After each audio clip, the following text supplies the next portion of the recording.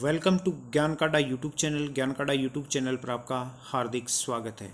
आज हम बात करेंगे इलेक्शन फंडिंग क्या होती है, चुनावी खर्च किस प्रकार से वहन किए जाते हैं, चुनाव के लिए इतना पैसा कहां से आता है, कौन देता है इतने पैसे, इलेक्टोरल बॉन्ड्स क्या होते हैं, किस प्रकार से चुनाव में अंधाधुंध पैसे की फंडिंग की जाती है, वह लोग कौन हैं जो चुनाव में अरबों खरबों करोड़ों रुपये डोनेट करते हैं। बॉन्ड योजना के बारे में केंद्र सरकार ने सुप्रीम कोर्ट में कहा है कि नागरिकों को राजनीतिक दलों की चुनाव फंडिंग के बारे में जानने का अधिकार नहीं है।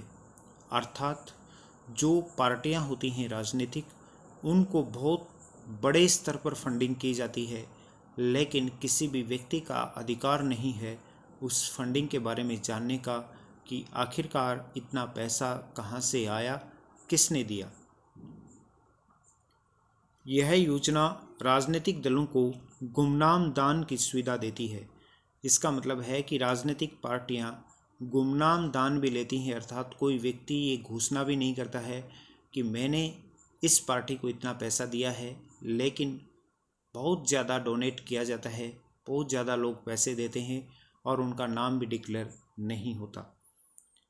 और इससे न तो नागरिकों के किसी भी मौजूदा अधिकार का उल्लंघन होता है और न ही यह किसी मौलिक अधिकार के विपरीत है।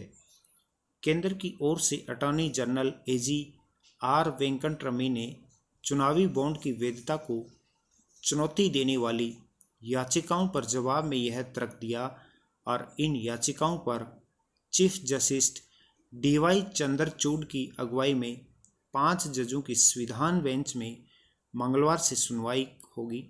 एजी ने कहा कि सब कुछ जानने का कोई सामान्य अधिकार नहीं हो सकता, अर्थात व्यक्ति का पूरा अधिकार भी नहीं होता कि हर चीज़ हर व्यक्ति को बताई जाए, बल्कि युक्ति युक्त प्रतिबंध के अधीन है। चुनावी बॉन्ड योजना अनुच्छेद 19/2 के दायरे में है, जो सरकार को मौलिक अधिकारों के प्रयोग पर उचित प्रतिबंध लगाने की अनुमति देती है। केंद्र ने कोर्ट की न्यायिक समीक्षा के अधिकार के दायरे पर भी सवाल उठाते हुए कहा कि यह अधिकार अलग नुस्खे सुलझाने के लिए नहीं है।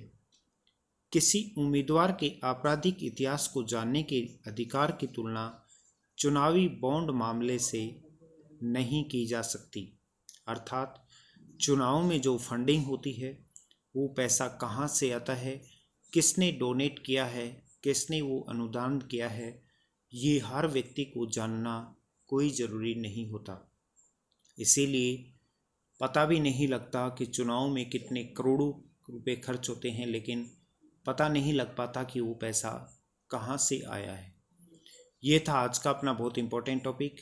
राजस्थान विधानसभा चुनाव से जुड़ी हुई सभी महत्वपूर्ण जानकारियों के लिए आप हमारे इस चैनल पर नए हैं तो चैनल को सब्सक्राइब करना बिल्कुल भी नहीं भूलें, जिससे विधानसभा चुनाव से जुड़ी हुई हर एक महत्वपूर्ण जानकारी सबसे पहले आप तक पहुंच पाए। आप मुझे फेसबुक, इंस्टाग्राम, ट्विटर पर भी फॉलो कर सकते हैं, जिसका लिंक नीचे डिस्क्रिप्शन में दिया हुआ है। सोशल मीडिया प्लेटफॉर्म पर ऐसी ही महत्वपूर्ण जानकारियां नियमित मैं आप लोगों के साथ शेयर करता रहता हूं। जय हिंद, जय भारत।